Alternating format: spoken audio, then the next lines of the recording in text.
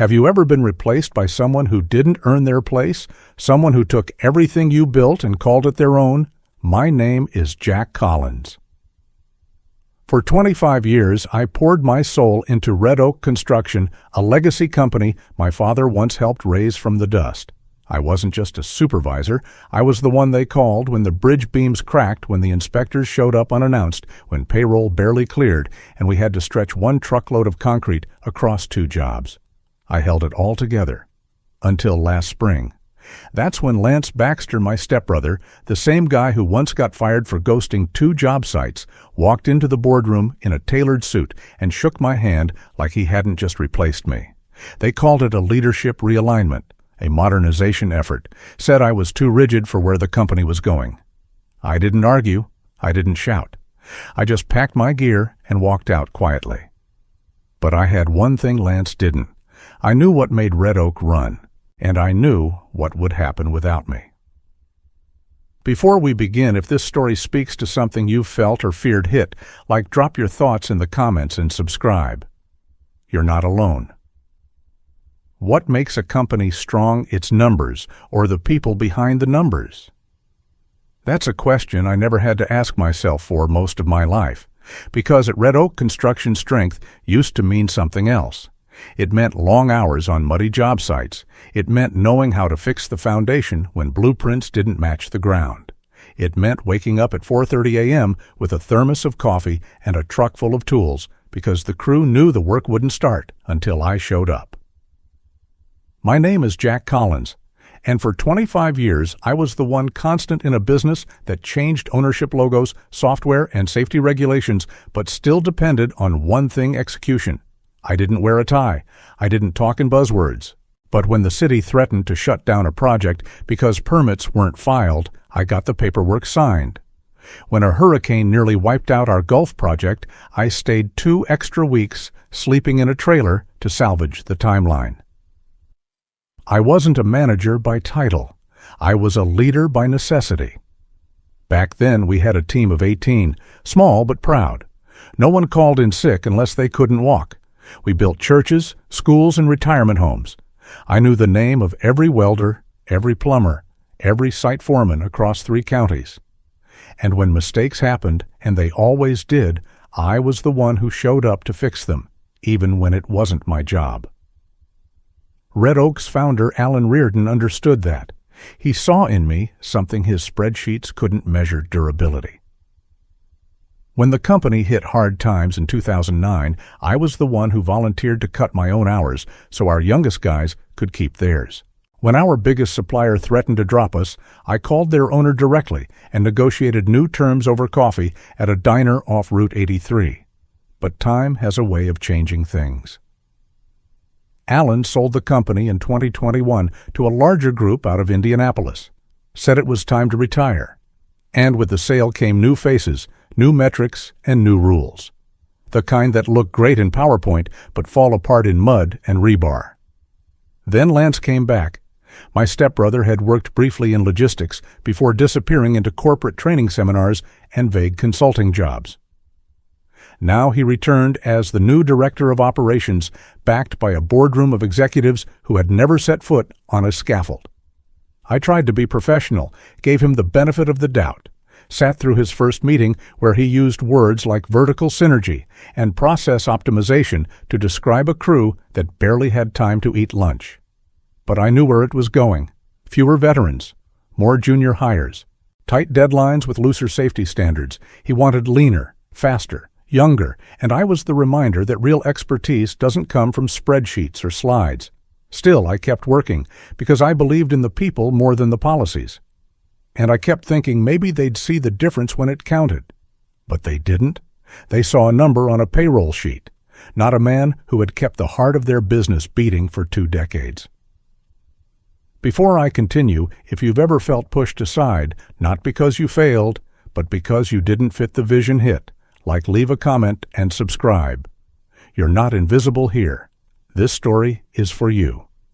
The first real sign came during a Monday morning briefing when Lance rolled in 5 minutes late, wearing a slim-fit blazer and sneakers that had never seen a construction site. He connected his iPad to the big screen and launched into a presentation titled Redefining Operational Velocity. I sat there next to Louis and Benny, two site managers with 15 and 20 years under their belts, watching pie charts and buzzwords fly across the screen like they meant something on the ground. Lance didn't talk about soil instability, electrical delays, weather setbacks, or the suppliers who required handshake agreements and real trust to deliver under budget. He talked about standardizing workflows and decentralizing oversight. I had to suppress a laugh when he referred to our job foremen as on-site customer experience enablers. After the meeting, I pulled him aside and offered to walk him through how we actually schedule multi-phase builds across state lines when one truck delay can push a site weeks behind. He nodded vaguely and said, "Appreciate it, Jack, but we've got to start thinking beyond legacy thinking." That phrase stuck with me like a splinter. Legacy thinking. Translation: the experience that's kept this company standing during hurricanes, labor shortages, and supplier bankruptcies is now viewed as a liability. Over the next few weeks, I saw it unfold clearly. Veterans were quietly being replaced with interns from business schools. Safety protocols were being rewritten by analysts who had never worn a hard hat. Our long-standing supplier relationships were being reevaluated in favor of bulk deals with new vendors, cheaper, untested, and impersonal. I spoke up at first gently, then more firmly, but every suggestion I made was met with a smile and a nod that meant nothing. I was being tolerated, not heard. Then came the moment I knew was final. It was a Thursday morning. Lance called me into his office, which used to be Alan Reardon's. The walls that once held framed photos of finished projects now displayed abstract motivational posters. Lance sat behind the desk typing something into his laptop and gestured for me to sit. "We've been reviewing some internal reports," he began, not looking up. "And while your contributions over the years are appreciated, we're realigning the company structure to support more agile leadership. You've done great work, Jack, but we're going in a new direction." I asked new direction, as in, without me. He finally looked up. "Yes? Effective today." I didn't speak for a long moment, not because I was shocked by then, I'd seen the writing on the wall, but because I was doing everything I could to contain what I really wanted to say. I could have reminded him of the time I saved the Willow Creek project from collapse after the architect bailed mid-design, or how I covered the insurance gap during that liability scare in 2015 with a single phone call. But I didn't. Instead, I stood up, slowly looked around the office that used to represent legacy stability, pride, and said, "Understood." I walked out with no dramatics, no exit speech. Just a silent promise to myself they had underestimated the cost of removing a foundation they didn't understand. If any part of this reminds you of a time when you were told your experience was no longer relevant, when you were labeled old school instead of essential, take a second to like this video, leave a comment, and subscribe. You're not outdated. You're undervalued, and this story isn't over. I've always believed you can tell a lot about a person by the way they leave.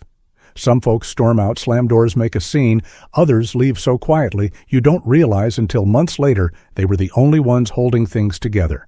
I wanted to be the second kind. That afternoon, after the so-called transition meeting, I walked back to my truck, past the loading bay I'd designed myself, past the break room where I'd helped install the ventilation after a worker passed out from heat stroke one summer. Everything looked the same, but it didn't feel like mine anymore. My office was just a corner desk in the site management wing. No glass walls, no fancy nameplate. Just 2 drawers filled with blueprints, spare gloves, handwritten notes, and a framed picture of my daughter from when she was 8, sitting on a forklift. I took that photo first. I packed slowly, carefully. I even labeled the box. Not for them. For me. For the dignity of ending something the same way I started it, with order. Ellen from HR stopped by, clearly uncomfortable. She tried to offer condolences without saying anything actionable. "Jack, I'm sorry. You know it wasn't personal. Things are just shifting fast." I nodded, smiled politely. I didn't blame her. She had her own seat to protect. As I finished packing, a younger guy, Logan, one of the new hires from last year, walked over. He looked nervous, but there was respect in his voice. "Mr. Collins, is it true you're leaving?" "Looks like it. But what about the excavation schedules, the subcontractor list for next month?" "You're the only one who knows how to sequence those across all 3 sites." I gave him a gentle pat on the shoulder.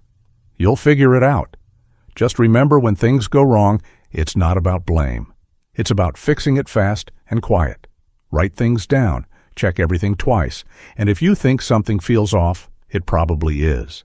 He nodded, taking mental notes like he was in class. I could see a little of myself in him, curious, committed, just not given enough time to learn. When I walked out of Red Oak for the last time, the sky was a hard gray. My hands weren't shaking. I wasn't angry, but I felt hollow, like I just buried something alive. I placed the box in the passenger seat, started the truck, and pulled out of the lot without looking back. Not because I didn't care, but because I knew caring wouldn't change what they'd already decided. What they didn't know, what they never even thought to ask, was that in those drawers they dismissed as clutter were the passwords, contacts, and sequences that kept their entire operation humming, and that when they decided to cut me loose, they'd cut themselves off from something irreplaceable. If you've ever walked away quietly from a place you once called home, if you've ever left with nothing but your pride and a box full of lessons, leave a comment, like, and subscribe. Because you're not alone in that silence. It didn't take long. Just 17 days after I left Red Oak, the first cracks began to show, only this time not in the concrete, in the silence. At first I heard murmurs, a missed equipment delivery here, a scheduling error there. Not unusual, construction is chaos held together by coordination. But by the 3rd week, I got a call from Miguel, one of our longest-running site leads down in Lawrence County. "Jack, I don't know who's managing procurement now," he said, voice tight, "but we've got rebar delayed 3 days, and no one seems to know which supplier was even contracted." That was the first domino. The second came when Red Oak's largest residential build, the Deer Valley subdivision, was flagged by the city's inspection office. Improper trench depth, no record of the latest soil tests. That had never happened on my watch. I had my own manual logbooks to back every claim, double-checked against emailed reports. Now those were probably sitting in a box in someone's storage closet, unfiled, unread. Then came the safety violations. Benny, a longtime crew chief, texted me photos. Unsecured scaffolding, no hazard tape, a temp worker with no hard hat walking beneath a suspended load. I felt a sickness settle in my stomach. See, Red Oak wasn't perfect, but it used to run on a certain code-quiet discipline inherited from Alan Reardon himself. You don't rush a pour. You don't skip the second inspection. And you sure as hell don't gamble on safety to win a deadline. But that code had always been unwritten. It lived in the habits of veterans, in the unspoken checks we all ran without being told. When Lance pushed the experienced guys out and filled the gaps with project coordinators from LinkedIn, that code vanished. What shocked me more wasn't just that things were going wrong, it was how quickly the team had lost their footing, because nobody had time to train. The veterans were gone. The juniors were guessing.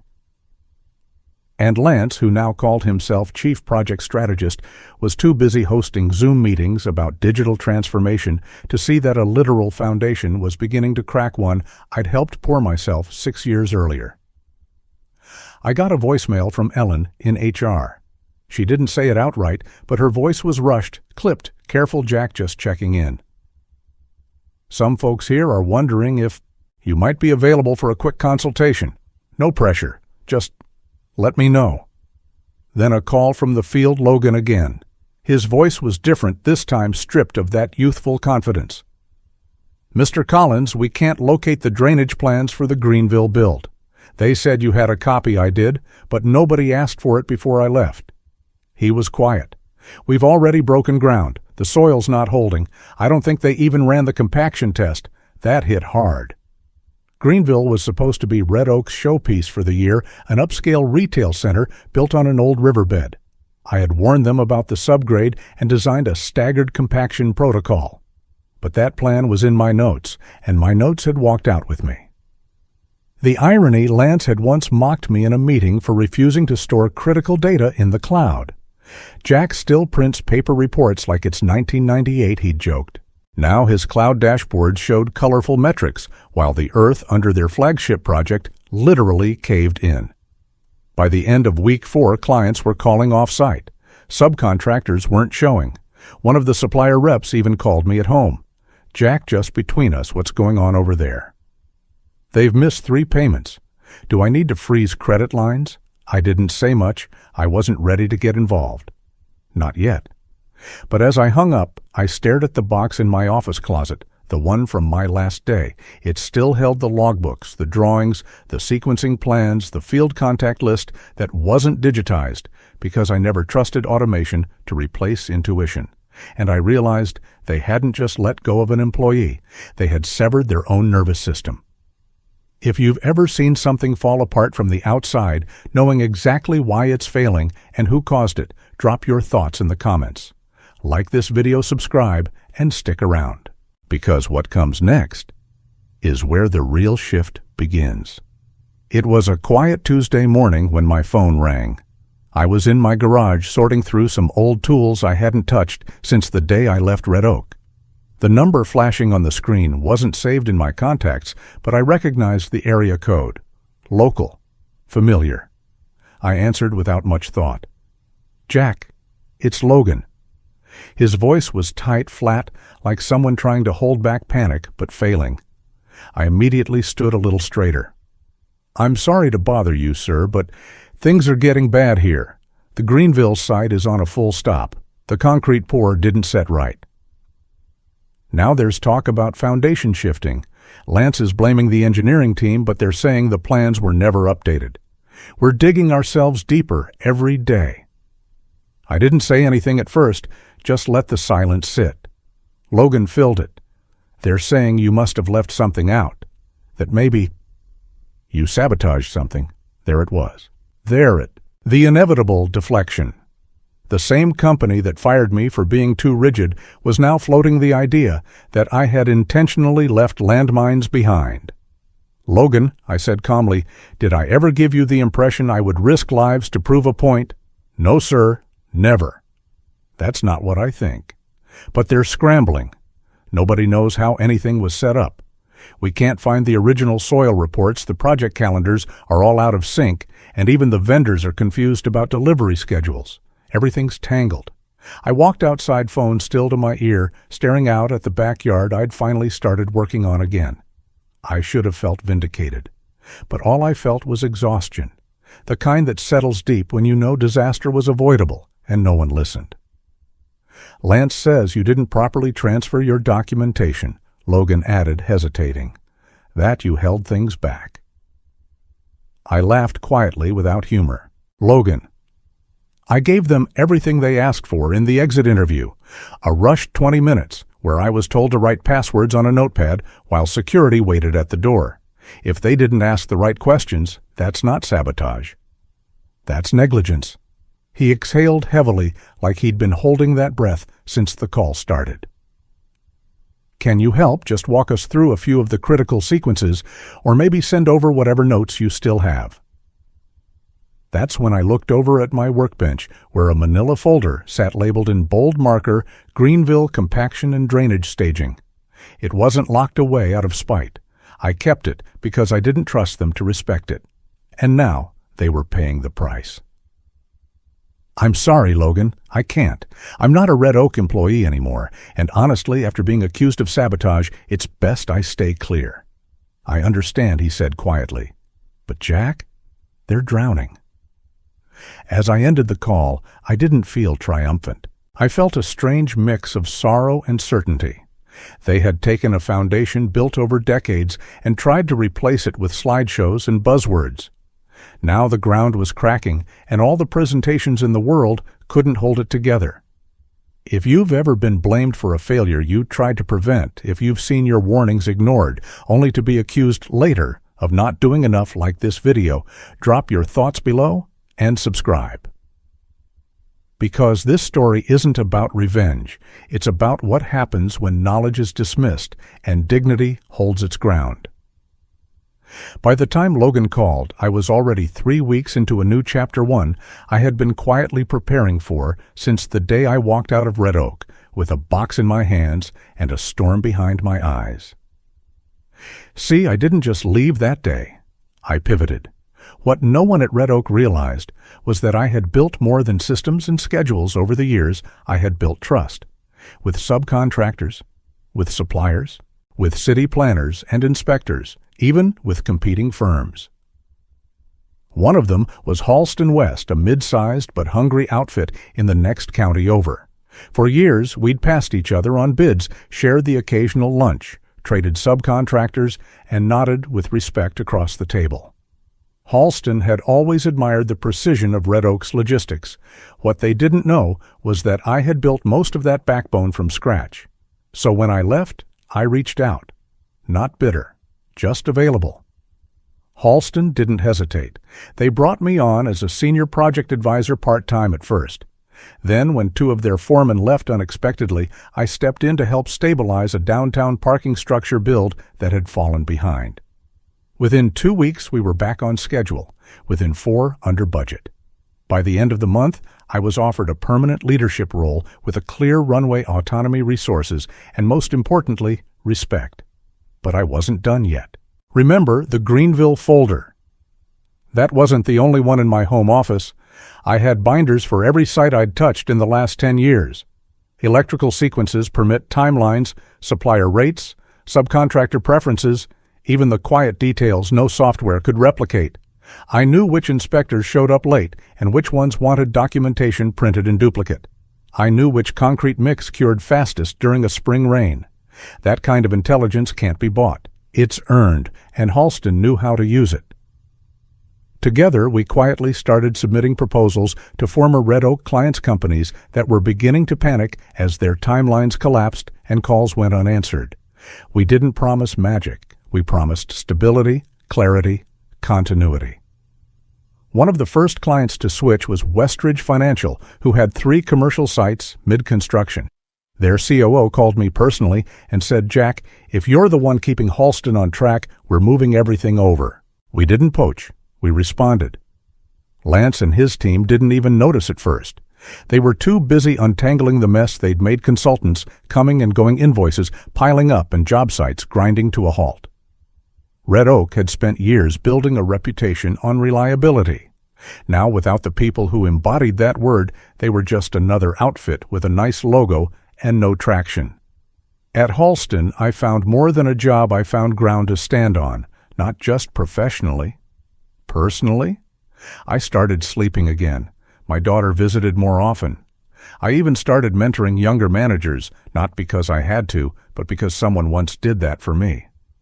So when the calls from Red Oak started rolling in, first quiet, then urgent, I wasn't surprised.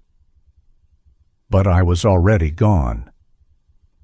If you've ever left a place thinking it was the end only to realize it was the beginning of everything you actually deserved, drop a comment, hit like, and subscribe. Because sometimes walking away isn't quitting. Sometimes it's winning with your head high. By the time the second month rolled around, Red Oak was no longer quietly unraveling, it was in free fall. What had started as missed deliveries and inspection flags had escalated into contract breaches, safety violations, and workforce walkouts. Half the crew from the Greenville site had either quit or stopped showing up. Word had spread that payroll was being delayed and that vendors were tightening credit lines. One of our former plumbing subcontractors told me flat out, "They owe me 3 weeks, Jack. I don't care who they send next. I'm not coming back." It wasn't just about unpaid bills. It was about trust, years of working relationships built through personal integrity, all dismissed overnight in the name of streamlining. I started hearing rumors that the Deer Valley subdivision was months behind and that the developer was threatening legal action. A site inspector I knew from my time in Canton mentioned over lunch that he'd flagged multiple violations across 3 Red Oak sites all in the same week. But the final blow came when the regional insurance provider overseeing worker safety pulled their risk coverage. Why? Because the safety logs were incomplete, and the new leadership couldn't explain the missing entries. They were still using the same software I had customized over the years, but without the manual overrides, without the checks I had quietly built into the process, the system was now just a shell. That's when the city pulled a major permit. And that's when I knew it was only a matter of time. What Lance and his board had failed to grasp was simple competence doesn't shout. It hums quietly in the background day after day until you turn it off and everything starts to creak. You can remove a name from payroll, but you can't fire institutional memory. The calls from Red Oak's leadership began again. This time, not from Ellen, not from Logan, but from Lance himself. He left a voicemail carefully worded, but hollow. "Jack, I think there may have been some misalignment in how things were transitioned. We're exploring opportunities for you to consult with us even temporarily if your schedule permits. My schedule did not permit. Red Oak had bet everything on image, forgetting that concrete doesn't care about slogans and timelines don't respond to optimism. Without the people who knew how the structure held together, without the humility to learn from experience, they weren't just bleeding money. They were bleeding credibility. And in our industry, once you lose that, there's no winning it back with a press release." Meanwhile, Halston and I were finalizing contracts with 2 more clients. Our crews showed up on time, our budgets held, and our permits sailed through review. If you've ever been dismissed by people who didn't understand what you brought to the table, only to watch them drown in the absence of your work, leave a comment, like the video, and subscribe. Because some lessons can't be taught. They can only be learned the hard way. It was a Friday morning in early fall when I got the message. "Jack, call me when you can. It's important. Ellen." I hadn't heard from her in weeks. I figured she had either jumped ship or gone silent to protect herself. But I called back. She didn't waste time. Red Oak is being acquired, effective immediately. I stood still, coffee in hand, not surprised, just still. "Who's buying them?" I asked. There was a pause, then a quiet smile in her voice. "Halston West." It landed like a full-circle echo. The very company I had helped stabilize, the one that had trusted me, now owned the company that had fired me. The acquisition wasn't some power play. It was a rescue. Red Oak had lost too many clients, violated too many safety protocols, and broken too many contracts. Their remaining assets were worth more than the broken infrastructure still standing. And Halston. We didn't just want the pieces, we wanted to rebuild them properly. The next call came from Lance. "Jack," he said, his tone flat, cautious. "As part of the transition, we're looking to bring in leadership who understands the systems and the history." I waited. "The board would like to offer you a senior integration role. Oversee the rebuild, manage the transfer. You'd have full authority." I let the silence sit for a moment, then answered with a calmness I hadn't known I had 6 months ago. "I appreciate the offer, Lance, but I'm already where I belong." The truth is, I wasn't angry anymore. I wasn't out for revenge. I didn't want to walk back through those doors to prove a point, because the point had already been proven, not by anything I said, but by what they lost. I hung up the phone and walked out onto the job site, where my team was reviewing the next phase of development for one of our new clients, a project Red Oak had once pitched for and failed to secure. One of our junior managers, a sharp young guy named Keon, asked me how I'd approach a complex drainage reroute. I showed him the workaround pulled from memory and watched him take notes with the hunger I once had. And that's when it hit me. Legacy isn't something you protect with titles. It's something you pass down piece by piece to those who are ready to carry it forward. If you've ever had justice come not with applause or recognition, but with quiet dignity and the simple knowledge that the truth always finds its way, hit like, leave a comment, and subscribe. Because sometimes the loudest victory is the one you don't have to speak aloud. In business and in life, there's a dangerous myth we keep repeating that loyalty, experience, and quiet consistency are expendable. That newer is always better. That numbers tell the whole story. But stories like this prove otherwise. You don't build a legacy with slogans. You build it with people who show up when it rains, who stay late when the blueprint changes at 4 p.m., who carry institutional knowledge not in a server, but in their hands, their instincts, their scars. Replace them without care, and the structure will look fine until it doesn't. What happened at Red Oak wasn't just a miscalculation. It was a failure to recognize that competence, integrity, and quiet leadership aren't flashy, but they're irreplaceable. And if you've ever felt unseen, undervalued, or pushed out despite all you've held together, you're not alone. Leave a comment if you've ever been that quiet backbone that no one noticed until it was gone, just right, still standing. If this story spoke to something inside you, something real like the video, subscribe to the channel and share it with someone who needs to hear it. Because sometimes the best revenge is being exactly who they said you couldn't be, and never looking back.